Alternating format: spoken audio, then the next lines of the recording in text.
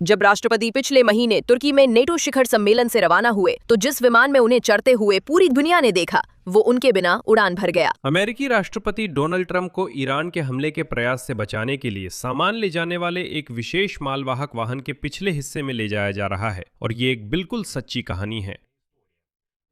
कल्पना कीजिए वो दृश्य, अमेरिकी राष्ट्रपति एयरफोर्स वन में कैमरों के सामने चढ़ रहे हैं। पत्रकार और उनके प्रशासन का एक हिस्सा अमेरिका घर लौटने के लिए उड़ान भर रहा है, लेकिन डोनाल्ड ट्रंप खुद गुप्त रूप से हवाई अड्डे पर खाने की नियमित डिलीवरी के भेष में थे। उन्हें एक कैटरिंग ट्रक में स्थानांतरित किया गया और दूसरे स्थान पर ले जाया गया, कम दिखने वाले सैन्य विमान में। उस समय असली एयरफोर्स वन ईरानियों के लिए सिर्फ एक चारा था। वॉशिंगटन पोस्ट ने जुलाई की शुरुआत में हुए नाटो शिखर सम्मेलन के बाद डोनाल्ड ट्रंप के तुर्की से रवाना होने के बारे में यही कहा था, और इसका कारण एक रहस्य है। ईरान की ओर से हमले की वास्तविक आशंका है और इस बारे में इजरायली खुफिया एजेंसी ने चेतावनी दी थी, लेकिन जैसा कि सामने आया, ये तो बस कहानी की शुरुआत है। इस अंक में हम पूरी कहानी का विस्तार से विश्लेषण करेंगे। डोनाल्ड ट्रंप के मामले में ये कैसे हुआ, मैं आपको इस पर एक दिलचस्प वीडियो दिखाता हूं, क्योंकि कैमरे सब कुछ रिकॉर्ड कर लेते हैं। ये खतरा कहां से आया और अमेरिकी राष्ट्रपति की सुरक्षा गोल्फ कोर्स पर भी कैसी दिखती है, चलिए आपको थोड़ा सा हिंट देते हैं। विमान रोधी रक्षा प्रणाली और खास राडार राष्ट्रपति ट्रंप को गोल्फ खेलते समय भी सुरक्षा प्रदान करते हैं। मेरा नाम अलेक्सी पिची है। आइए इस लगभग जासूसी जैसी कहानी पर साथ में चर्चा करते हैं। आप इसे एक साजिश की कहानी भी कह सकते हैं, लेकिन शुरू करने से पहले मैं आपसे अनुरोध करता हूं कि इस YouTube चैनल को सब्सक्राइब करें। हम 3 लाख सब्सक्राइबर के आंकड़े की ओर बढ़ रहे हैं, तो मैं आप में से हर एक की सदस्यता के लिए आभारी रहूंगा। दोस्तों, अभी के अभी अगर आपको बुरा ना लगे तो कृपया इस वीडियो के नीचे जांच लें कि क्या आपने इस YouTube चैनल को सब्सक्राइब किया है। हो सकता है आप काफी समय से मेरे वीडियोस देख रहे हो, लेकिन अभी तक सब्सक्राइब बटन नहीं दबाया हो। अगर आपने सब्सक्राइब किया है तो उसके लिए बहुत बहुत धन्यवाद। डोनाल्ड ट्रंप पर कई हमले की कोशिशों के बातें वे राष्ट्रपति के बारे में और भी ज्यादा गंभीर हो गए।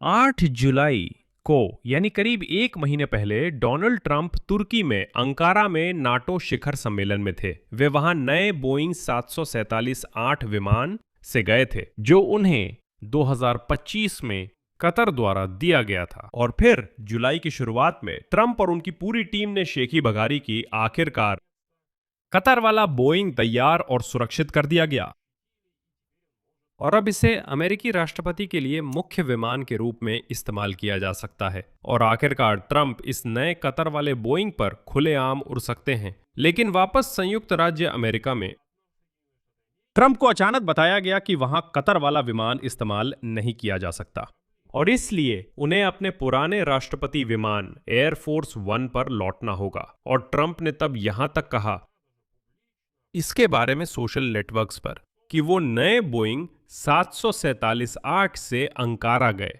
पुराने राष्ट्रपति बोर्ड एयरफोर्स वन से गए। और इसी तरह नेटवर्क में सबसे दिलचस्प वीडियो यह है कि डोनाल्ड ट्रंप ने जुलाई की शुरुआत में नेटो शिखर सम्मेलन खत्म होने के बाद अंकारा से कैसे उड़ान भरी, उसी एयरफोर्स वन से। वॉशिंगटन पोस्ट के अनुसार डोनाल्ड ट्रंप कैमरों के सामने पुराने एयरफोर्स वन में चढ़े, सीढ़ियों से हाथ हिलाया और फिर विमान के दूसरी ओर के दरवाजे से निकलकर एक एयरपोर्ट केटरिंग ट्रक में चले गए, जो उन्हें एक छोटे सैन्य जेट तक ले गया। रक्षा सचिव पीट हेग्सेथ ने कथित तौर पर उनके साथ उड़ान भरी, अलग से चढ़े ताकि उड़ान सामान्य लगे। न्यूयॉर्क टाइम्स ने एक वरिष्ठ अमेरिकी अधिकारी के हवाले से इस ऑपरेशन की पुष्टि की। तो कैमरों के सामने डोनाल्ड ट्रंप, जो उस समय अंकारा में थे, सच में पुराने नीले सफेद बोइंग 747 की सीढ़ियां चढ़े, जिसका इस्तेमाल अमेरिकी राष्ट्रपतियों ने कई वर्षों तक किया। लेकिन लैंडिंग के कुछ ही मिनट बाद वो कई सहायकों के साथ चुपचाप सैन्य परिवहन विमान बोइंग C-32A में बदल गए, जो आकार में बहुत छोटा और काफी कम ध्यान खींचने वाला विमान है। इसके लिए वॉशिंगटन पोस्ट के सूत्रों के अनुसार एयरपोर्ट के केटरिंग ट्रक का इस्तेमाल किया गया। वही ट्रक जो आमतौर पर उड़ान से पहले खाना और सामान पहुंचाता है। एयरपोर्ट की फुटेज में साफ दिखाई देता है कि एयरफोर्स वन के एक तरफ एक सामान्य सीढ़ी लगी है जिस पर डोनाल्ड ट्रंप सबकी नजरों के सामने चढ़े, और दूसरी तरफ वही सामान वाला ट्रक जिसके जरिए राष्ट्रपति को बाहर निकाला गया। ये योजना काम कर गई।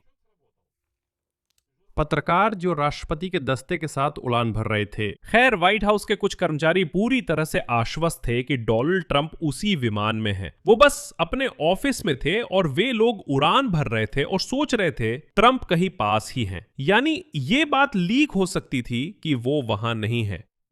हर कोई सच में मान रहा था कि वो वहां है। इस ऑपरेशन से परिचित एक अमेरिकी अधिकारी ने इसे सीधे सीधे वही कहा जो ये था। पुराने एयरफोर्स वन का इस्तेमाल चारे के तौर पर किया गया था।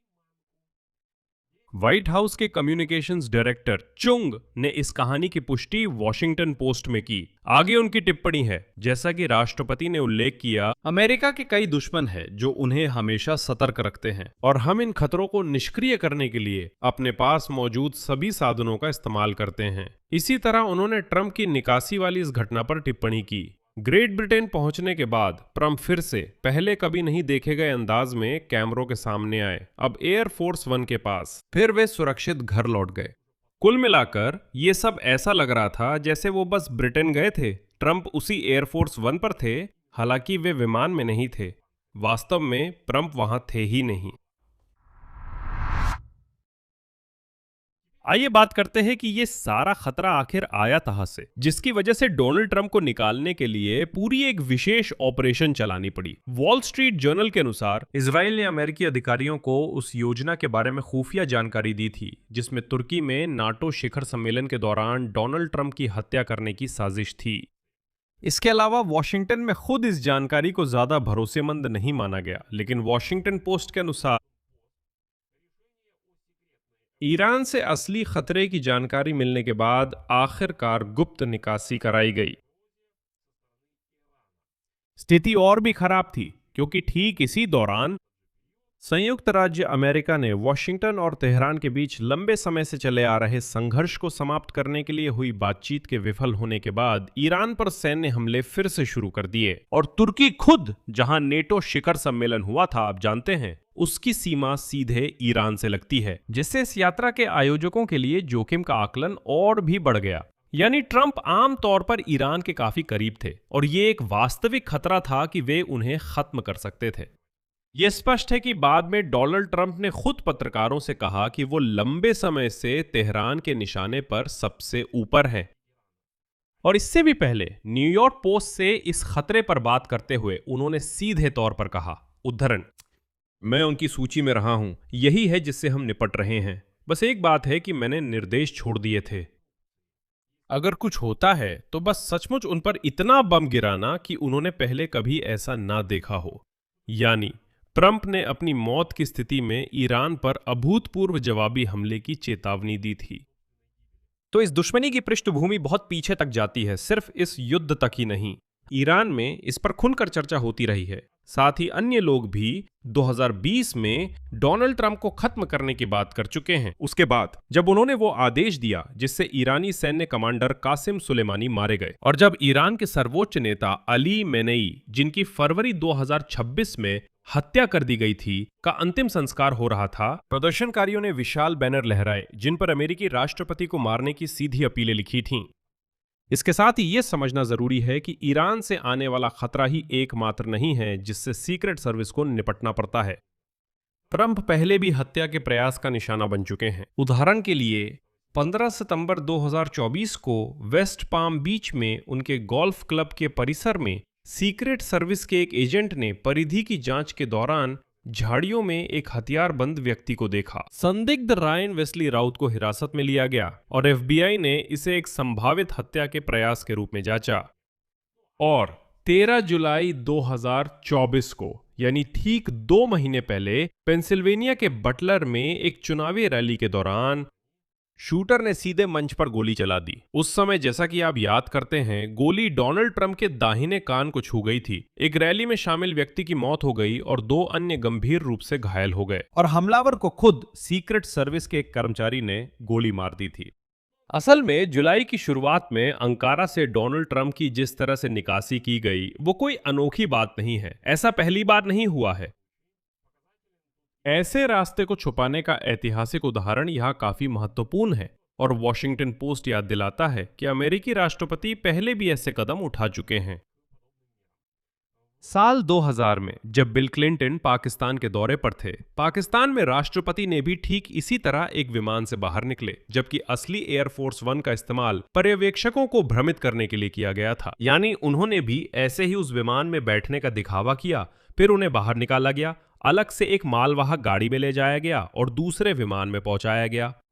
अमेरिका की सीक्रेट सर्विस के पूर्व कार्यवाहक निदेशक रोनाल्ड रो ने कहा, उद्धरण, राष्ट्रपति की आवाजाही की जानकारी गुप्त रखी जानी चाहिए अगर उनकी सुरक्षा के लिए ये जरूरी हो। यानी ऐसी गोपनीयता असल में सामान्य प्रक्रिया है। बस इतना है कि इतनी विस्तार से ये बातें बहुत ही कम सार्वजनिक रूप से सामने आती है।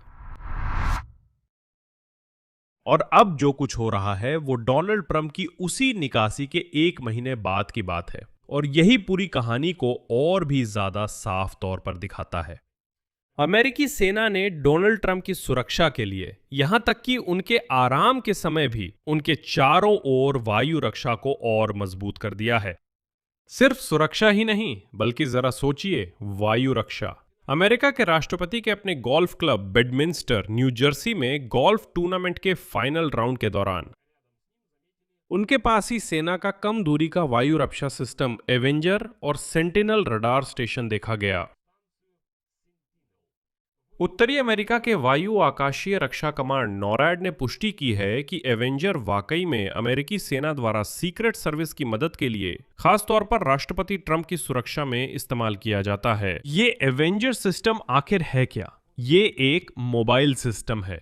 ये सिस्टम हम्बी वाहन के आधार पर बनाई गई है जो स्टिंगर निर्देशित मिसाइलों से लैस है, जिनमें इंफ्रारेड होमिंग हेड्स लगे हैं। इसे खास तौर पर कम ऊंचाई पर उड़ने वाले हवाई लक्ष्यों से मुकाबले के लिए बनाया गया है, जिसमें विमान और जो खास है ड्रोन्स भी शामिल है। तो पहले इस एवेंजर को बेडमिंस्टर में 1 अगस्त को भी देखा गया था। यानी ये सुरक्षा सिर्फ एक टूर्नामेंट के लिए अस्थायी कदम नहीं है, बल्कि ये पिछले कुछ हफ्तों से एक स्थायी प्रथा बन गई है। यानी डोनाल्ड ट्रंप के पीछे सच में वायु रक्षा प्रणाली लगाई जा रही है। व्हाइट हाउस द्वारा जारी किए गए एक वीडियो में ट्रंप मजाकिया अंदाज में सैनिकों से कहते हैं कि जब वो गोल्फ खेलते हैं तो उन्हें मिसाइलों और ड्रोन की कोई चिंता नहीं है। इस पर पास खड़े सैनिक ने जवाब दिया कि हमने सब कुछ सुरक्षित कर लिया है, और वो अपनी पीठ के पीछे उसी एवेंजर सिस्टम की ओर इशारा करता है।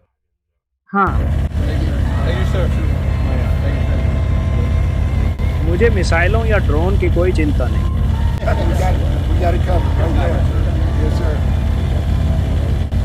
जी हाँ सर।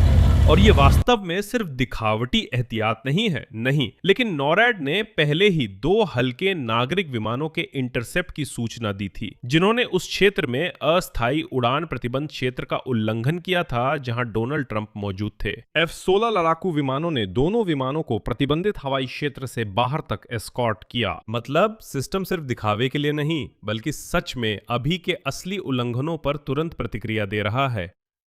जब डोनाल्ड ट्रंप बस गोल्फ खेल रहे होते हैं, मतलब सुरक्षा के इंतजाम वाकई में बहुत ज्यादा कड़े कर दिए गए हैं।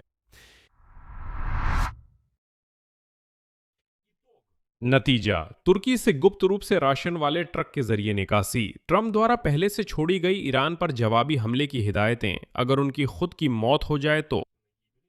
सुलेमानी की हत्या के समय से ईरानी शासन के साथ दशकों की दुश्मनी, HMNI के जनाजे में उसकी हत्या के लिए सार्वजनिक अपीलें, और अब डोनाल्ड ट्रंप के निजी निवास में गोल्फ कोर्स पर ही आर्मी की एंटी एयरक्राफ्ट मिसाइल सिस्टम तैनात है। यह सब एक ही सिलसिले में जुड़ा हुआ है। वो खतरा जिसे अमेरिकी खुफिया एजेंसी ने इतना गंभीर माना कि नाटो समिट में एक भ्रम पैदा करने वाले विमान के साथ पूरी स्पेशल ऑपरेशन चला दी।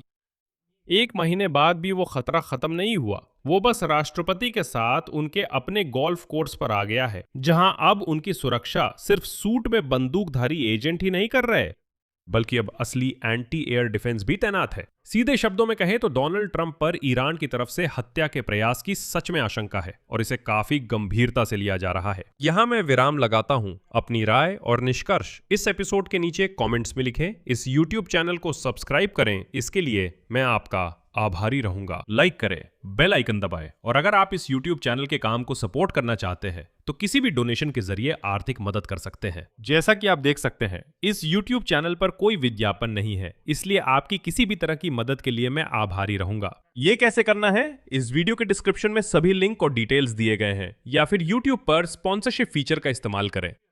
इस वीडियो के नीचे स्पॉन्सर करें बटन पर क्लिक करें। मैं आभारी रहूंगा। बस इतना ही। अपना ख्याल रखें। सभी को अलविदा।